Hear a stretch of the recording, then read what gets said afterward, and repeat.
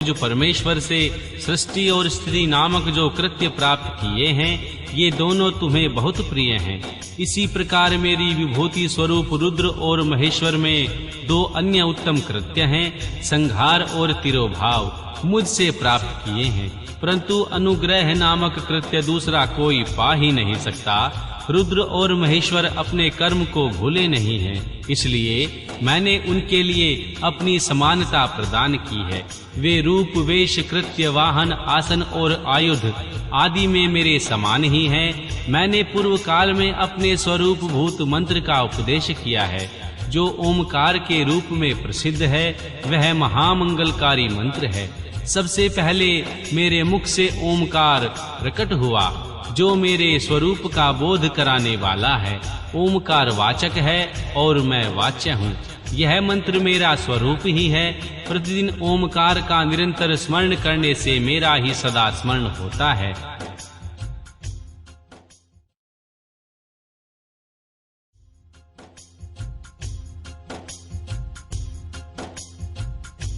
मेरे उत्तर पूर्वी मुख से आकार का, पश्चिम मुख से उकार का, दक्षिण से मकार का, पूर्ववर्ती मुख से बिंदु का तथा मध्यवर्ती मुख से नाद का प्रकाट्य हुआ। इस प्रकार 5 अवयवों से युक्त ओमकार का विस्तार हुआ। इन सभी अवयवों से एकीभूत होकर वह प्रणव ओम नामक एक अक्षर हो गया। यह नाम रूपात्मक सारा जगत तथा वेद, उत्पन्न स्त्री पुरुष वर्ग दोनों कुल इस प्रणव मंत्र से व्याप्त है। यह मंत्र शिव और शक्ति दोनों का बोधक है। इसी से पंचाक्षर मंत्र की उत्पत्ति हुई। जो मेरे सकल रूप का बोधक है, वह आकार आदि क्रम से और मकार आदि क्रम से प्रकाश में आया है। ओम नमः शिवाय यह पंचाक्षर मंत्र है। इस पंचाक्षर मंत्र से मात्र का वर्ण प्रकट हुआ, जो 5 भेद वाले हैं। उसी से शिरो मंत्र सहित त्रिपदा गायत्री मंत्र का प्रकाट्य हुआ। उस गायत्री से संपूर्ण वेद प्रकट हुए और उन वेदों से करोड़ों मंत्र निकलते हैं। उन मंत्रों से भिन्न भिन्न कार्यों की सिद्धि होती है, परंतु इस प्रणव एवं पंचाक्षर से संपूर्ण मनोरथों की सिद्धि होती है। इस मंत्र समुदाय के भोग और मोक्ष दोनों सिद्ध होते हैं। मेरे सकल स्वरूप से संबंध रखने वाले सभी मंत्र राज साक्षात भोग प्रदान करने वाले और शुभ कारक मोक्ष प्रद हैं। श्री नंदीकेश्वर कहते हैं, तदंतर जगदम्बा मां पार्वती के साथ बैठी हुई गुरुवर श्री महादेव जी ने उत्तराभिमुख बैठे हुए श्री ब्रह्मा और भगवान विष्णु को पर्दा करने वाले वस्त्र से आच्छादित करके उनके मस्तक पर अपना कर कमल रखकर धीरे धीरे उच्चारण करके उन्हें उत्तम मंत्र का उपदेश दिया।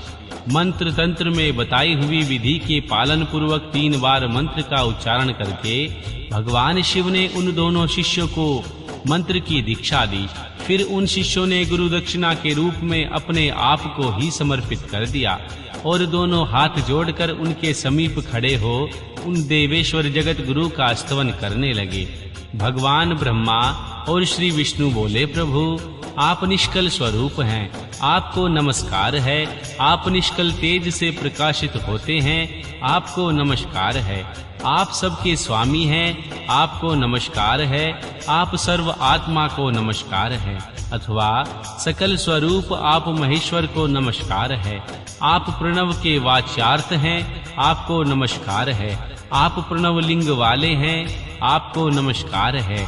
सृष्टि पालन संहार तिरोभाव और अनुग्रह करने वाले आपको नमस्कार है। आपके 5 मुख हैं, आप परमेश्वर को नमस्कार है। 5 ब्रह्मा स्वरूप 5 कृत्य वाले आपको नमस्कार है। आप सबके आत्मा हैं, ब्रह्मा हैं। आपके गुण और शक्तियां अनंत हैं, आपको नमस्कार है। आपके सकल और निष्कल 2 रूप हैं। आप सद्गुरु एवं शंभु हैं, आपको नमस्कार है। इन पदों द्वारा अपने गुरु महेश्वर की स्तुति करके श्री ब्रह्मा और भगवान विष्णु ने उनके चरणों में प्रणाम किया। श्री महेश्वर बोले, आद्रा नक्षत्र से युक्त चतुर्दशी को प्रणव का जाप किया जाए तो वह अक्षय फल देने वाला होता है। सूर्य की संक्रांति से युक्त महा आद्रा नक्षत्र में एक बार किया हुआ प्रणव का जप कोटि गुणे जप का फल देता है।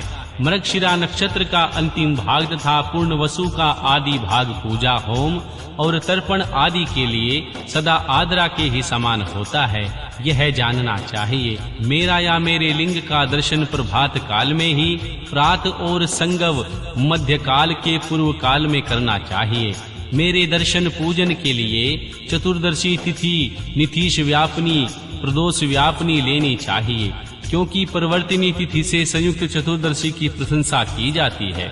पूजा करने वालों के लिए मेरी मूर्ति तथा लिंग दोनों समान हैं, फिर भी मूर्ति की उपेक्षा लिंग का स्थान ऊंचा है, इसलिए मुमुक्षु पुरुषों को चाहिए कि वे वेर मूर्ति से भी श्रेष्ठ समझकर लिंग का ही पूजन करें।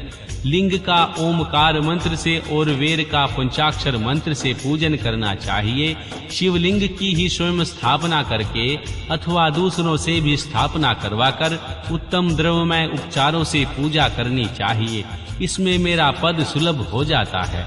इस प्रकार दोनों शिष्यों को उपदेश देकर भगवान शिव वहीं अंतर्ध्यान हो गए।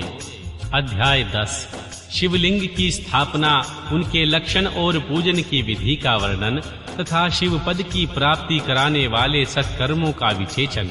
ऋषियों ने पूछा, सूत जी, शिवलिंग की स्थापना कैसे करनी चाहिए, उनका लक्षण क्या है तथा उनकी पूजा कैसे करनी चाहिए, किस देश में किस काल में करनी चाहिए, किस द्रव्य के द्वारा उनका निर्माण होना चाहिए। श्री सूत जी ने कहा, महर्षियों, मैं तुम लोगों के लिए इस विषय का वर्णन करता हूँ, ध्यान देकर सुनो।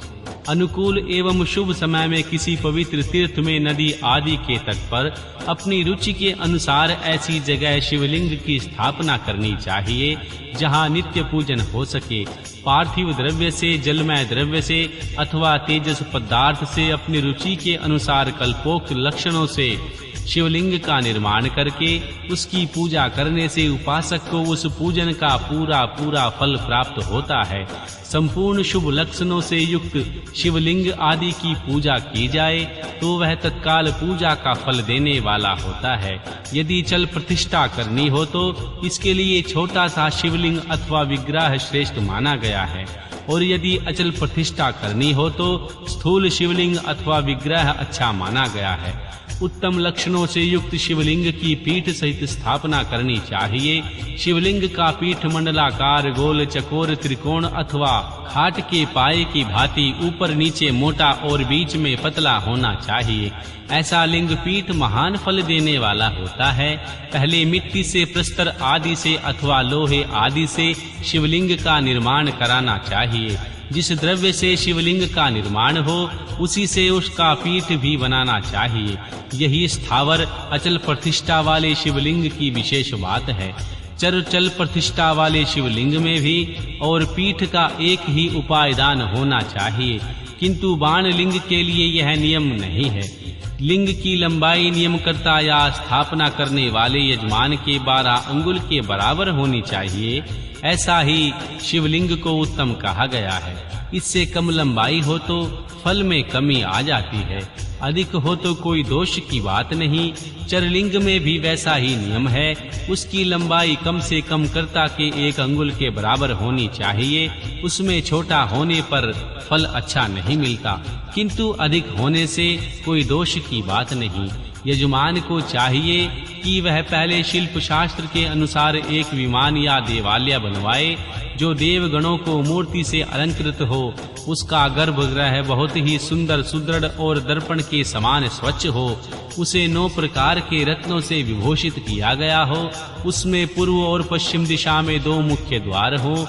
जहाँ शिवलिंग की स्थापना करनी हो उस स्थान के गर्त में नीलम, लाल, वैदूर्य, श्याम, मरकत, मोती, मूंगा, गोमेद और हीरा, इन 9 रत्नों को तथा अन्य महत्वपूर्ण द्रव्यों को वैदिक मंत्रों के साथ छोड़ें। सजोजात आदि 5 वैदिक मंत्रों द्वारा शिवलिंग का 5 स्थानों में क्रमशः पूजन करके अग्नि में भविष्य की अनेक आहुतियां दे और परिवार सहित मेरी पूजा करके गुरु स्वरूप आचार्य को धन से तथा भाई बंधुओं को मनचाही वस्तुओं से संतुष्ट करे। याचकों को जड़ सुवर्ण ग्रह एवं भू संपत्ति तथा चेतन गो आदि वैभव प्रदान करे। स्थावर जगम सभी जीवों को यत्न पूर्वक संतुष्ट करके एक गड्ढे में सुवर्ण तथा 9 प्रकार के रत्न भरकर सजो जातीय वैदिक मंत्रों का उच्चारण करके परम कल्याणकारी श्री महादेव जी का ध्यान करें। तत्पश्चात